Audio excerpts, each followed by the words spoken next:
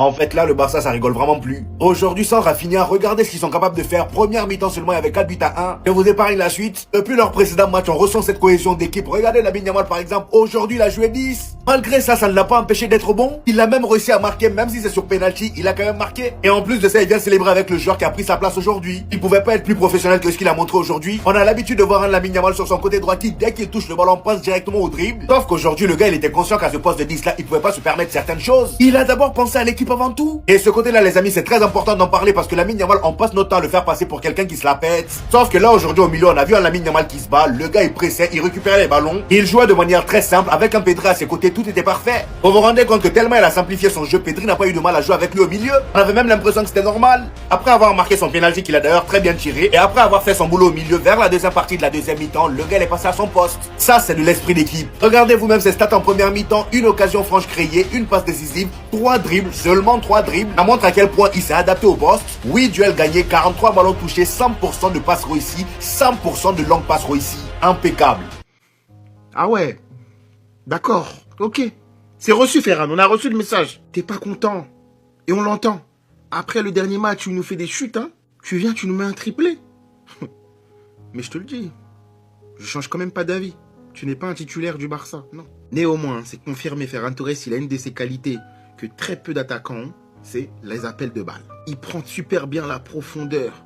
Il est rarement hors jeu, ce mec-là. Et ça passe par l'entente qu'il a avec Pedri. Parce que dès que Pedri a le ballon, Ferran Torres, il a cet instinct-là. Il sent directement que Pedri va lui faire cette passe-là. Et donc, ce qu'il fait, c'est qu'il part à la limite du hors-jeu. Il est très rapide. Maintenant, c'est dans la finition. Et c'est là où j'ai peur. C'est du Inch'Allah. Mais là, Ferran, dans les matchs comme ça de Liga, il se gère. Maintenant, comme je l'ai dit, pour rien au monde, je fais partir Ferran Torres du club. Voilà.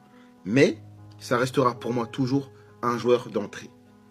Et dans certains matchs comme celui-ci, il peut être titulaire. Mais ça reste un excellent match de Ferran Torres. Triplé, victoire, rien à ajouter.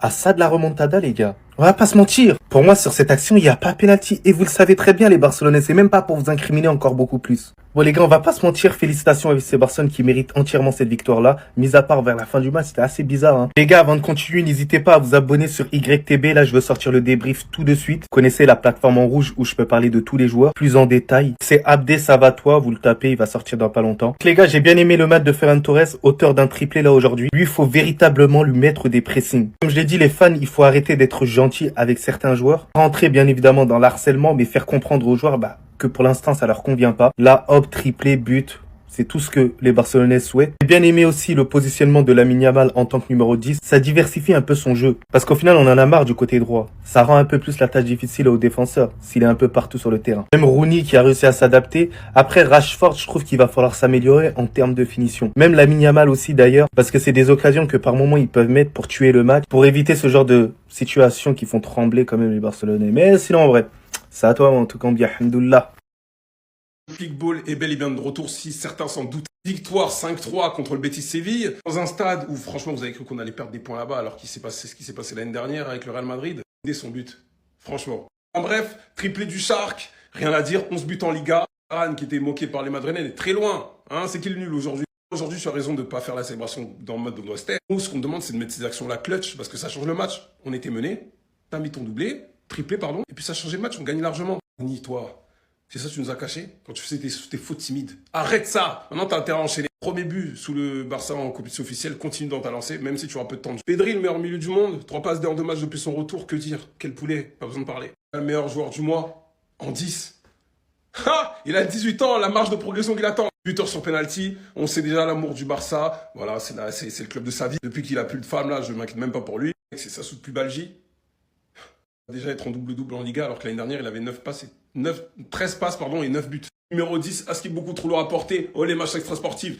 Venez faire les comparaisons maintenant. Venez parler de Dick Fouet encore. Il y a du mieux. En plus, il devient officiellement le 3e joueur français le plus capé de l'histoire du FC Barcelone. Même s'il est fautif sur le but. Le GOAT, Gérard Martin, qui reste sur Koubarsi. La vie sont à l'euro, en vrai, on n'a qu'à le vendre cet hiver, pardon.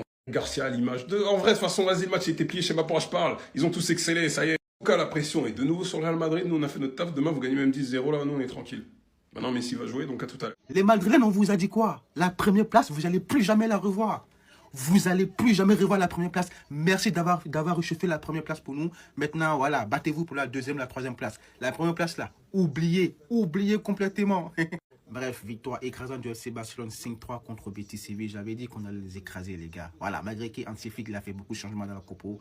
Et malgré ce qu'on a concédé l'ouverture du score, mais le Barça, voilà, on a su reprendre, les gars. On a su reprendre notamment en 1 minute. Double de Ferran Torres en 1 minute. Lui, je ne vais pas... Non, en fait, parlons de lui maintenant, là, maintenant. Les gars, triplé.